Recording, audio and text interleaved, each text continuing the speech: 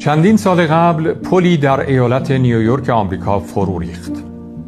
بعد از 32 سال کارشناسان گزارش دادند که دلیل ریختن پل خستگی یا فتیگ پل بوده است. جذابیت علم مقاومت مصالح به همین مبحث خستگی است، یعنی خستگی سازه در اثر بارگذاری متناوب.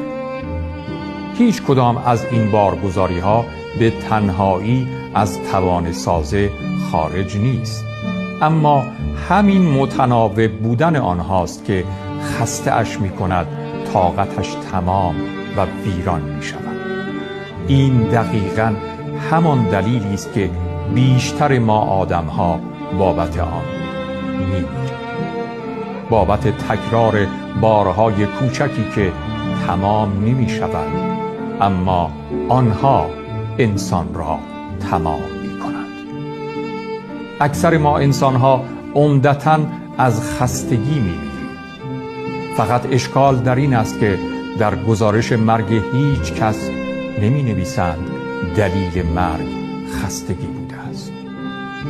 شاید لازم باشد یک روز علم مقاومت مصالح را به علم پزشکی قانونی پیوند بزنند و بلکه باید به روانکاوی هم پیوند بخورد، چون خیلی مهم نیست که در گزارش مرگ هر آدمی چه می نویسند. فقط ای کاش همانطور که فرمولی برای اندازه‌گیری میزان تحمل یک سازه در مقابل خستگی وجود دارد، فرمولی هم برای اندازه‌گیری میزان تحمل هر انسانی وجود داشت.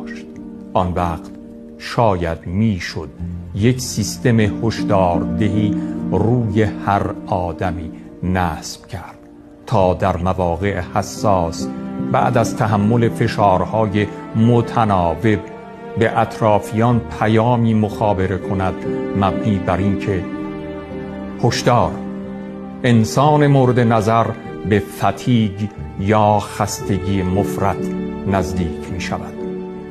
لطفاً اگر او را دوست دارید کمی راحتش بگذارید تا خستگی بارهای متناوب را آزاد کند و سپس آماده ادامه دادن شود. در غیر این صورت شاهد فروپاشی و مرگش خواهید بود.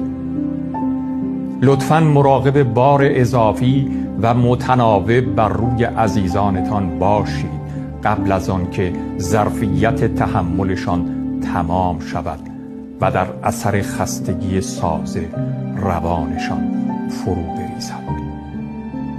با هم مهربان باشید پیش از آن که دیر شود، و آنگونه که نیما در 1 سالگی فرزندش به او گفت: پسرم، یک بهار، یک تابستان، یک پاییز و یک زمستان را دیدی.